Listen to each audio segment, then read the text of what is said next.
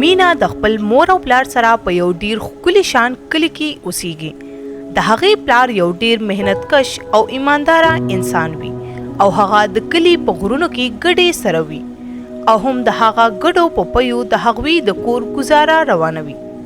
مینا د خپل مور او پلار نیازبینه لور وي او د هغوی نور اولاد نه وي.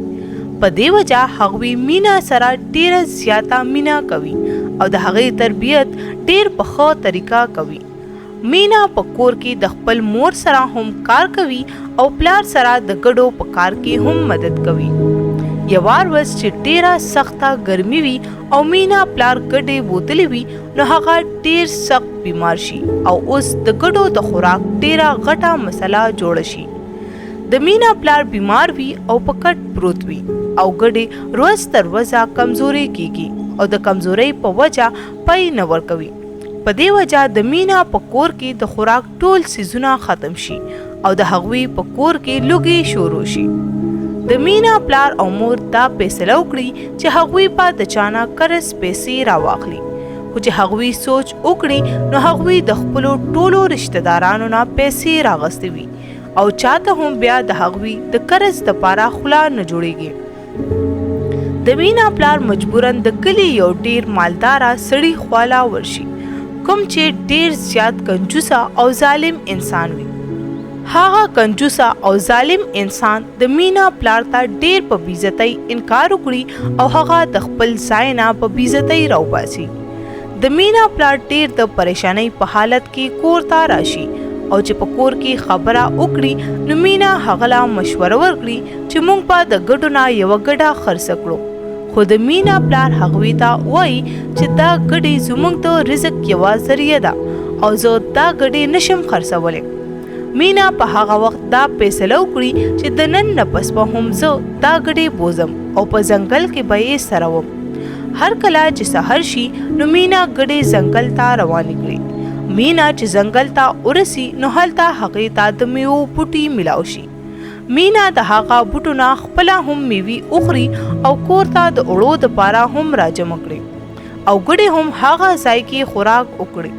خو چې مازدیګر شي او مینا ګډې کور ته واپس بوځي نو سیلۍ او طوفان شروع شي.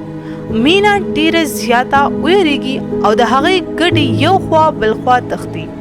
مینا چې هغه ګډو پسې ځي نو هغه یوه ګوتمه وویني. مینا چې هغه ګوتمه راواخلي نو یو خاپیرۍ ظاهره شي. مینا چې خاپیرۍ وویني نو ډیره زیاته ویریږي خو خاپیرۍ هغې له حوصله ورکړي او هغې ته ووایي چې زه ستا د مدد دپاره راغلی یم. مینا هغه خاپیرۍ ته خپله ټوله کیسه بیان کړه. خاپیرۍ هغې له څه سکې ورکړي او هغې ته ووایي چې ته یریږه مه او په الله یقین ساته او هر کله چې تا ته زما د مدد ضرورت وي نو دا ګوتمه راخله او ما یادوه، زه به ستا د مدد دپاره حاضرېږم. مینا چې د هغه ځای نه روانه شي نو یو زمری په هغې حمله وکړي خو خاپیرۍ راشي او هغه بچ کړي او مینا د ګډو سره خپل کور ته په حفاظت سره ورسوي. مینا چې خپل کور ته ورسي نو د هغې مور او پلار د هغې په انتظار وي. مینا خپل مور او پلار سره ملاو شي او هغوی ته ټوله کیسه بیان کړي. دغه شان وخت تیریږي او خاپیرۍ کله کله د مینا خواله راځي او د هغې مدد کوي. د مینا په کلي کې د څښلو د اوبو ډیر زیات مسله وي. په دې وجه هغه په خپل کلي کې د اوبو دپاره یو کوی جوړ کړي چې په دې وجه هغه په خپل ټول کلي کې مشهوره شي او د کلي ټول خلک د هغې ډیر زیات عزت کوي او هغې سره د زړه نه مینه کوي. هر کله چې د مینا د دولت او د سخاوت خبر د کلي خان ته ورسي نو هغه ډیر زیات پریشانه شي او هغه دا سوچ کوي چې که مینا هم دغسې د خلکو خدمت کوي نو د کلي خلک به مینا د کلي مشره جوړه کړي. په دې وجه هغه مینا سره حسد شروع کړي او د هغې خلاف منصوبې جوړول شروع کړي. د کلي خان دا معلومات شروع کړي چې مینا له دا دومره پیسې د کم ځای نه راځي او هغه ته ډیر زر دا پته ولګي چې مینا سره په ځنګل کې خاپیرۍ ملاو شوې وه او دا هر څه هغې ته هغه خاپیرۍ ورکوي. د کلی خان دا فیصله وکړي چې زه به هم هغه ځنګل ته ځم او په هغې کې به ګډې سره وم. هر کله چې بله ورځ شي نو د کلی خان ګډې واخلي او ځنګل ته روان شي، خو په ځنګل کې په هغه شرمخ حمله وکړي او د هغه ګډې هم وخوري او هغه هم زخمی کړي. د کلی خان په زخمی حالت کې کلی ته راشي او د کلی ټول خلک هغه پسې مزاقي او خنداګانې کوي. مینا په کلی کې یو هسپتال او یو سکول کولاو کړي، خو په خان دا خبره ډیره زیاته بده ولګي او هغه د شپې راشي او کوی ته زهر وغورځوي.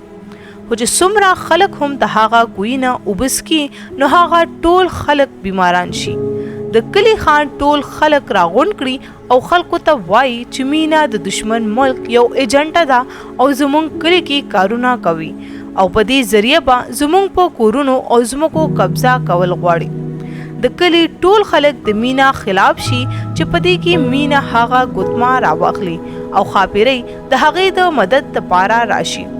خاپیرۍ د کلی ټولو خلکو ته د مینا ټوله کیسه بیان کړي او د خان حقیقت هم خلکو ته راښکاره کړي. د کلی ټول خلک خان د خپل کلی نه وباسي او د خپل کلی مشره مینا جوړه کړي. ګرانو کتونکو که چېرې ستاسو زموږ دا ویډیوګانې خوښیږي نو زموږ دا چینل ځان سره سبسکرایب کړئ، دا ویډیو لایک او شیر کړئ چې زموږ را روانې ویډیوګانې تاسو ته په اسانه ملاویږي. شکریہ.